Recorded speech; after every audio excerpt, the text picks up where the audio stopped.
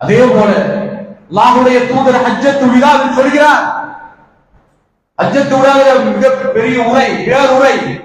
அந்த பேருரையை முடித்து விட்டு அல்லாஹ்வுடைய தூதர் சொன்னார்கள், இங்கு வந்த நபித்தோழர்களை பார்த்து சொன்னார்கள், இங்கு வந்தவர்கள் இங்கு வராதவரிடத்தில் இந்த மார்க்கத்தை நீங்கள் சொல்லிவிட வேண்டும். முடிவார்கள், என்னிடமிருந்து ஒரு செய்தியை நீங்கள் பெற்றிருந்தாலும் அதை வராதவர்களுக்கு நீங்கள் சொல்ல வேண்டும் என்று அல்லாஹ்வுடைய தூதர் சொன்ன மாத்திரத்தில் சஹாபாக்கள் யோசிக்க வேண்டும். அவர்களுக்கும் குடும்பம் இருந்தது, அவர்களுக்கும் செல்வம் இருந்தது, அவர்களுக்கும் வாழ்க்கை இருந்தது. ஆனால் அதை பற்றி அவர் சிந்திக்கவே இல்லை. அவருடைய வாகனம் எந்த திசையில் நின்றதோ அந்த திசையில் பயணம் செய்தார்கள். எந்த நாடு தெரியாது, எந்த நாட்டுக்கு போறது தெரியாது. ஆனால் அவருடைய வாகனம் எந்த திசையில் நின்றதோ அந்த திசையில் பயணம் செய்து இந்த மார்க்கத்தை எடுத்து சொல்வதற்காக சென்றார்கள். அப்படித்தான் நாம் ஈமான் கொள்வோம். சேரமான் பெருமாள் என்று சொல்லக்கூடிய ஒரு மன்னன் முதலாக இந்தியாவில் முஸ்லிமாக மாறுகிறார் என்றார். எப்படி செய்தி வந்தது?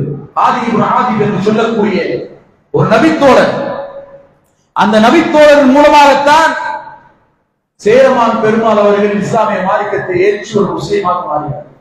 அக்கறம் பள்ளிவாசல் தெரியுமா இல்லையா? சேரமான் பெருமாள் பள்ளிவாசல் சொல்லுமா இல்லையா?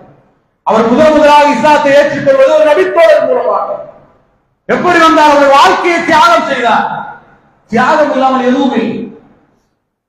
ஒரு கவனம் உணவை நாம் உண்பதாக இருந்தாலும் அதற்கு உழைப்பு என்ற தியாகம் இருக்கணும், கிடைக்காது. அப்படி இருக்கக்கூடிய நேரத்தில் அல்லாஹ் சொல்வதை போல எதையும் தியாகம் செய்யாமல் நான் சொர்க்கம் சென்று விடுவதுதான் என்று எப்படி நீங்கள் எண்ணிக்கொள்வீர்கள்? வானத்தையும் பூமியை விட விசாலமான சொர்க்கம்,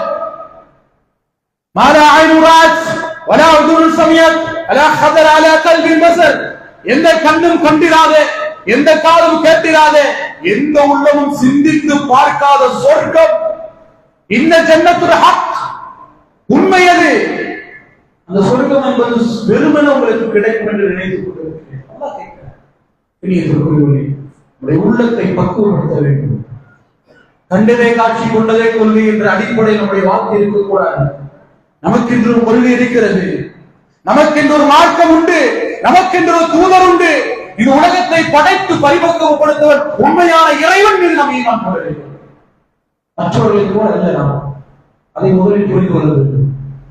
அவர்களுக்கு எல்லா கடவுள்களோடும் ஒரு கடவுள் அப்படித்தான்.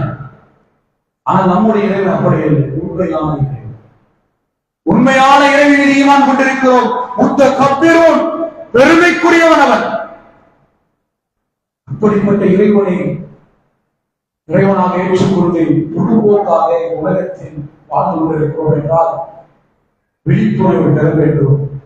அந்த மறுமையுடைய நிலையை வெற்றியும் பற்றக்கூடிய நிலையாக மாற்ற வேண்டுமானால் இந்த உலகத்தில் சில விஷயங்களை தியாகம் செய்தே ஆக வேண்டும்.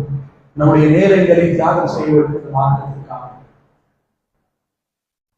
நம்முடைய பொருளாதாரத்தை தியாகம் செய்ய வேண்டும். இந்த மார்க்கத்திற்காக நம்முடைய உடல் ஆரோக்கியத்தை தியாகம் செய்ய வேண்டும். இந்த மார்க்கத்திற்காக நம்முடைய அறிவை தியாகம் செய்ய வேண்டும்.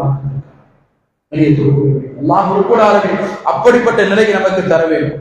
சஹாபாக்களை பொறுத்தவரை கண்ணியத்திற்குரியவற்றை தியாகம் செய்யக்கூடிய நிலை என்று வந்துவிட்டால் தாமதப்படுத்த மாட்டார்கள், போட்டி போடுவார்கள்.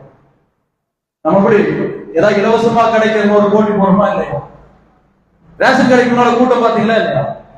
இலவசமாக கிடைக்கக்கூடிய நேரத்தில் எப்படி போட்டி போட்டு வாங்குகிறோமோ அதே போல சஹாபாக்களை பொறுத்தவரை தியாகம் என்று வந்துவிட்டால் தயங்கி நிற்க மாட்டார்கள், போட்டி போடுவார்கள். போர்க்களமாக இருந்தாலும் சரி, அமல்களாக இருந்தாலும் சரி. ஒரு நாள் அல்லாஹ்வுடைய தூதர் அவர்கள் ஒரு சபையில் ஃபஜ்ருடைய தொழுகையை முடித்து விட்டு கேட்டார்கள், இன்றைய நாளில் நோன்பு வைத்தவர் யார்?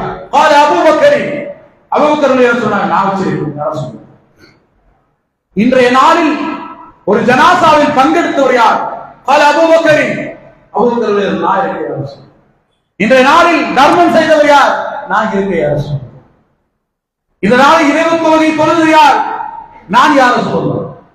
எல்லா அமல்களும் போட்டி நாம் அல்லாஹ் மீது ஈமான் கொண்டிருக்கிறோம். அப்படிதான் மறுமை நாள் மீது ஈமான் கொண்டிருக்கிறோம். ஏதாவது சந்தேகம் இருக்கா? இந்த ஈமானில் ஏதாவது சந்தேகம் இருக்கிறதா? அப்படி இல்லை என்றால்